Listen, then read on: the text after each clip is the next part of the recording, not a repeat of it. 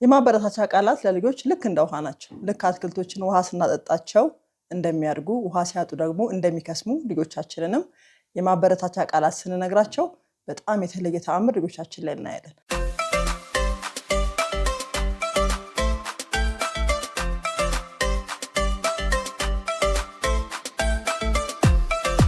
ልጅን ማመሰገን እናትና አባት።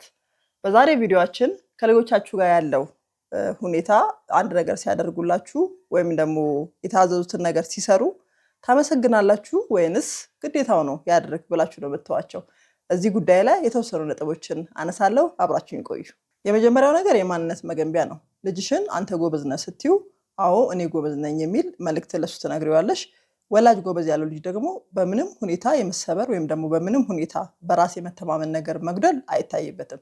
እያንዳንዱ ትንሽ ነገር ሲሰራ ልጄ ጎበዝ ነህ፣ ጠንካራ ነህ፣ ብራቮ የሚል ቃል ከአፍሽ ይውጣ ወይም ደግሞ እንደዛ በይው። አንተም አባት ለልጅ እያንዳንዱ ነገር ሲያደርግ ኮንሺየስሊ ተከታትለ ትንሹን ነገር ጎበዝ፣ ጠንካራ፣ ብራቮ እያላችሁ የልጃችሁን ማንነት ገንቡለት ማለት ነው።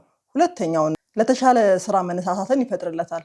የተደነቀና ጎበዝ የተባለ ልጅ ኦልሬዲ ስለተመሰገነበትና ስለተደነቀበት ያንን ነገር ደጋግሞ የማድረግ ሞራል ያገኛል። እና እንደሚታወቀው ልጆቻችን አንድ ነገር ደጋግሞ የመስራት ነገር ስለሚሰለቻቸው አንድ ነገር ደጋግመው እንዲሰሩት ብራቮ ጎበዝ መባላቸው ይጠቅማቸዋል ለሁለት ነገር። አንደኛው ሳይኮሎጂያቸውን ይገነባል፣ ሁለተኛ አንድ ነገር ደጋግሞ ማድረግ እንዳይሰለቹና ውጤታማ እንዲሆኑ ያግዛቸዋል። ሌላው በራስ መተማመን ነው። የሚደነቁና ጎበዝ የሚባሉ ልጆች በጣም በራስ መተማመናቸው ኃያል ነው የሚሆነው። ሁሌም እንደምናገረው እናትና አባት የዳበሰው ልጅ፣ እናትና አባት ያደነቀው ልጅ፣ እናትና አባት ጎበዝ ያለው ልጅ ዓለም አትችለውም።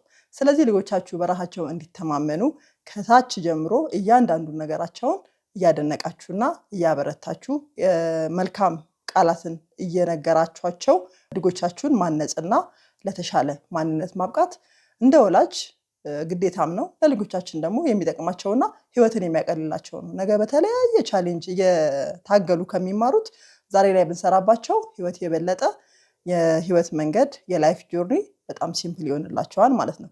ሌላው ደግሞ ግንኙነትን ማጥበቅ ነው። ግንኙነትን ማጥበቅ ማለት ምንድነው? ስትደናነቁ ወይም ደግሞ ልጆቻችሁን ስታደንቁ ከእናንተ ጋር ያላቸው ግንኙነት የበለጠ የቀረበና የበለጠ ስሙዝ ይሆንላቸዋል። ብዙ ጊዜ የሚቆጣ ወላጅ የሚገስጽ ማለት መገሰጽ የለብንም አይደለም፣ ግን ግሳጼ ብቻ የሚያበዛ ወይም ደግሞ ትችት፣ ቁጣ፣ ጩኸት የሚያበዛ ወላጅ በልጆቹ የተፈራና የተከበረ አይደለም የተፈራ ወላጅ ነው የሚሆነው። ያ ደግሞ ከልጆቻችሁ ጋር ያለውን ግንኙነት የተራራቀ ያደርገዋል። ዛሬ ደግሞ ሁላችንም ኦልሞስት ሁሉም ወላጅ ማለት በሚቻል ደረጃ የሚለፋው የሚደክመው እንቅልፍ የሚያጣው ምግብ የማይበላው ፀሐይ የሚመታው ብዙ ነገር የሚንገላታው ለልጆቹ ብሎ ነው። ግን ደግሞ በስሜት የቀረበ ስላልሆነ ለልጆቹ እየለፋ ከልጆቹ የራቀ ወላጅ ይሆናል። ያ ነገር እንዳይሆንና ግንኙነታችሁ በጣም የጠበቀ የሰመረ እንዲሆን ይሄ የማበረታቻ ቃላትን መጠቀም ወይም ደግሞ ማበረታታት፣ ጎበዝ ማለት፣ ጠንካራ ማለት በጣም ከምታስቡት በላይ ግንኙነትን ይፈጥርላችኋል ከልጆቻችሁ ጋር። ለዚህም ብላችሁ ልጆቻችሁን ማበረታታት ላይ በደንብ ጠንክራችሁ ስሩበት ማለት ነው።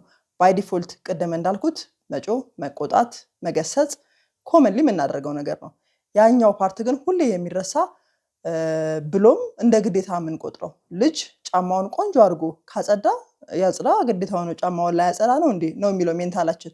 እሱ ነገር ትተን ኮንሺየስሊ አስበንበት ጫማውን ሲያጸዳ አንተ ጎበዝ ነህ፣ የሆነ ነገር ሲያደርግ አንቺ ጎበዝ ነሽ እያላችሁ ግንባር የምትስሙና የምትዳብሷቸው ከሆነ ያላችሁ ግንኙነት ልክ እንደ ጓደኛ እየቀለለ ሚስጥራቸውን የሚነግሯችሁ እናት ከልጅ ጋር አባት ከልጅ ጋር ያላችሁን ግንኙነት በጣም ስሙዝ ያደርገዋልና እሱ ላይም በደንብ ብታዩት ብዬ እላለሁኝ። ሌላውና የመጨረሻው ጥቃቅን ድሎችን ማክበር። ብዙ ጊዜ እኛ ውጤት ላይ እናተኩራለን።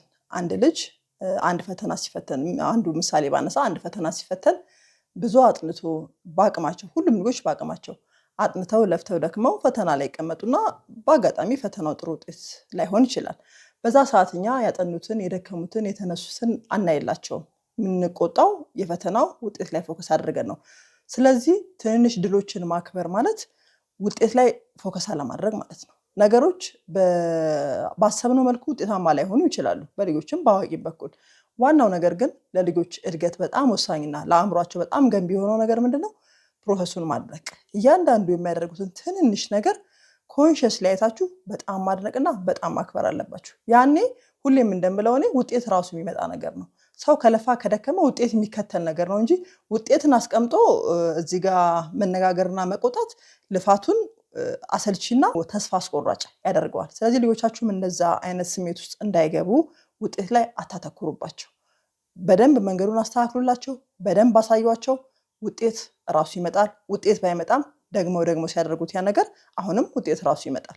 ስለዚህ ቅድም እንዳነሳሁት ለምሳሌ አንድ ልጅ ጫማ ጥረግ ተብሎ ጫማውን ጠርጎ መጨረሻ ላይ የሚያምረውን የጠረገውን ሳይሆን ማየት ያለብን ፎጣ ሲያነሳ፣ ሲሞክር፣ ሲቆሽሽበት እያንዳንዱ ነገር ብራቮ ማለት አለብን። አልጋ አንጥፍ ብለነው እንግዲህ ልጆች የሚያነጥፉትን አልጋ እናውቀዋለን። የተወለጋገደ ጥሩ ያልሆነ አልጋ ልብሱን የሆነ ነገር አድርገውት አንሶላውን የሆነ ነገር ትራሱን የሆነ ቦታ ነው የሚያደርጉትና እሱን ለምን እንዴት ታደርጋለህ? እንደዚህ ነው የምንጠፋው? ስንት ቀን አሳይቼህ የለ ምናምን በፍጹም አያስፈልግም። በቃ ለእያንዳንዱ ነገር በጣም ጎበዝ።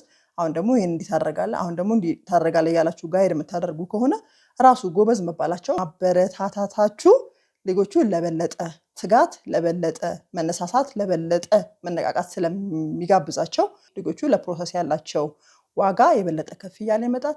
ይህም ደግሞ ልጆቻችሁን ውጤታማና በራሳቸው በደንብ የሚተማመኑ የማይነቀነቁ ለዛሬ አይደለም ለነገ ለረጅሙ የህይወት ጉዟቸው የማይነቀነቁ ያደርግላቸዋል። የማበረታቻ ቃላት ለልጆች ልክ እንደ ውሃ ናቸው። ልክ አትክልቶችን ውሃ ስናጠጣቸው እንደሚያድጉ ውሃ ሲያጡ ደግሞ እንደሚከስሙ ልጆቻችንንም የማበረታቻ ቃላት ስንነግራቸው በጣም የተለየ ተአምር ልጆቻችን ላይ እናያለን። እንግዲህ እነዚህ ፖይንቶች በጣም ጠቃሚ ናቸው ብዬ አስባለሁኝ።